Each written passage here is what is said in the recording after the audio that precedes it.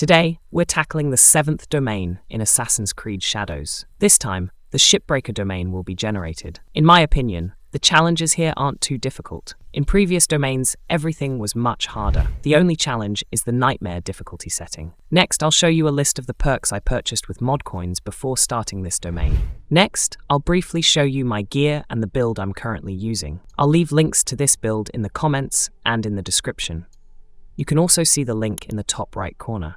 As for changes, I can only highlight the epic trinket bear carving, which I received after completing the Black Tides quest. Since my build is centered around the katana, I've maxed out all katana skills to increase damage by 120%. The tidal wave and eviscerate skills are particularly important here. Next, it's important to earn the necessary number of knowledge points to further increase damage. From the very beginning of the playthrough, I realized what Nightmare difficulty really means. Every enemy feels like a separate boss. The damage you deal is so minimal that fighting a group of enemies becomes an extremely difficult task. That's exactly why you need to plan your movements through the level carefully so you can assassinate enemies.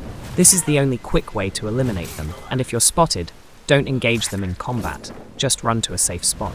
That way, you can recover and sneak up on the enemies again to take out the next one. It's actually quite interesting, so you have to plan every move and attack carefully to execute everything smoothly and without taking any damage. At this stage, I encountered the 2nd domain Dashio, and I decided to lure him to the final location, where the final battle would take place.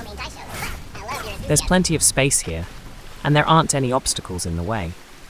I wanted to see how difficult it would be to fight an opponent one-on-one from start to finish.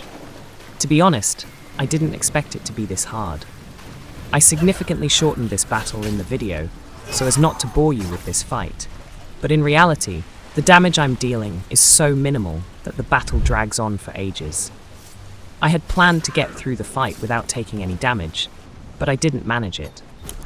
I just haven't gotten used to the opponent's reactions yet, and his ability to attack me even when I've already started using my abilities. In the end, I defeated this Dashio and realized that from now on, I need to hide even more and only attack enemies by surprise. I'm a bit nervous about the final battle, but that will come later first. I need to complete the current task of destroying all the domain Dashios. It's worth noting that my skills weren't leveled up enough to take down a domain Dashio in a single hit. I always had to chip away at several bars of their health in direct combat. That's why it's very important to eliminate all nearby enemies before attacking a domain Dashio, so they don't interfere with your fight. If that happens, you should retreat and come back later for a more successful attack. Finally, all 4 domain Dashios have been defeated, and it's time for the final battle. By the way, if you get lost in the Shipbreaker Domain, check out my video on the 4th domain, where I show you the correct route. The link is in the upper right corner. Now let's move on to the final battle. Here you'll face the usual 4 waves of enemies that you need to defeat. Each subsequent wave is more difficult. The first wave consists of only 1 enemy, but even that one can deal a lot of damage if you underestimate it. After using the tidal wave ability, I use the eviscerate ability, then immediately retreat and run until the tidal wave ability cooldown is over. The second wave of enemies consists of 2 enemies. These are still easy opponents, but here it's important to keep track not only of 1 enemy, but also of his partner's actions. The strategy is the same. Choose any enemy and try to defeat him. Use the tidal wave ability, then the eviscerate ability. But there's an important caveat here. If you see that the second enemy is nearby, interrupt your attack at any stage and step aside. The other enemy can deal a lot of damage to you, even if you're using your ability. His attack cannot be blocked or ignored. That's why I attack the target enemy while keeping an eye on his partner, so I can run away at any moment. This evasion is the key to Naoe's success in this final battle. The third wave includes 3 enemies, and this is a real test of your skill. During the final battle, you'll notice a semi-transparent warrior shooting at you with a bow or a rifle. When you see him, try to get behind him or position yourself to the side of him. That way, he won't hit you. In other cases, I relied on luck. When I couldn't see this enemy, I hoped that my constant movement would prevent him from hitting me. In the third wave, The most difficult enemy is Yuki no Kata, so you must defeat her first. This enemy attacks with a Naginata from a long distance. She jumps and deals area of effect damage. Therefore, if you attack other enemies, there's a high chance you'll take damage from Yuki no Kata. The only ability that works against her is Tidal Wave. Use only that. You need to attack this enemy while being ready to interrupt your attack at any moment to dodge attacks from other enemies. Keep an eye on them. If they're nearby, don't finish your attack back off.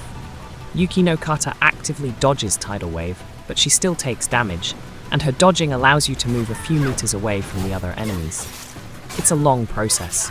I edited the video down, but in reality, I spent a very long time attacking Yuki no Kata with just this one ability and running away from the crowd until she was finally defeated.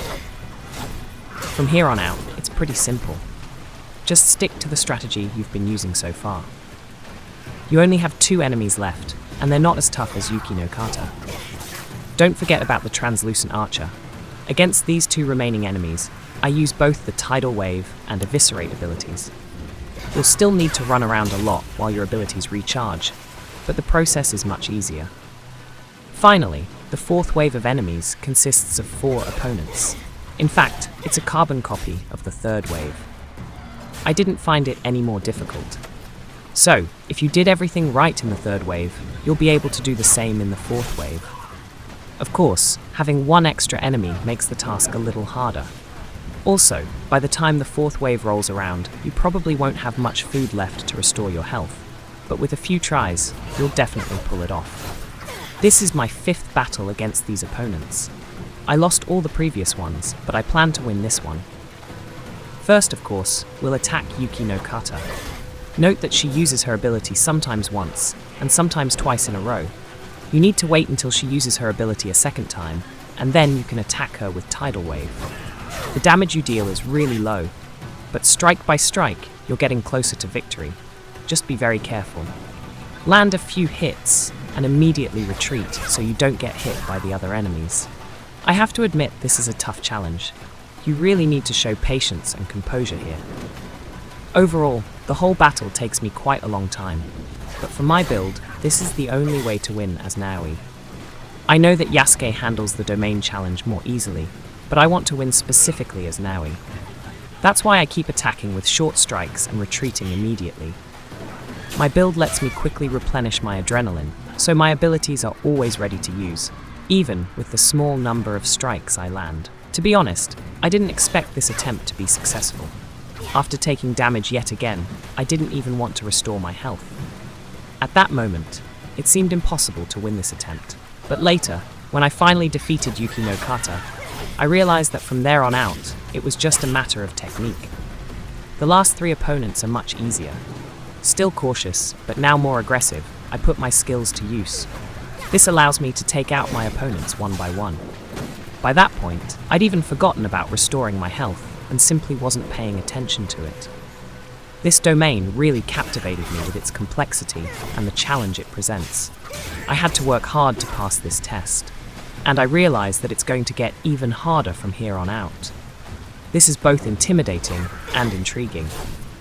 Personally, I'm curious to see what it's like to complete all 10 domains. Nothing can replace that feeling of victory over a tough opponent. It's the ultimate satisfaction of having succeeded. It's that very feeling that inspires you and drives you to tackle the next challenging task. Remember, you'll only experience that satisfaction when you win, so never give up, and you're sure to win. This concludes this test. It was challenging and interesting, but if you found this video useful, please like it and subscribe to the channel. I also recommend watching my other videos on Assassin's Creed Shadows, where I explain many interesting things. I am sure you will find a lot of interesting stuff there. See you soon, my friend, and take care.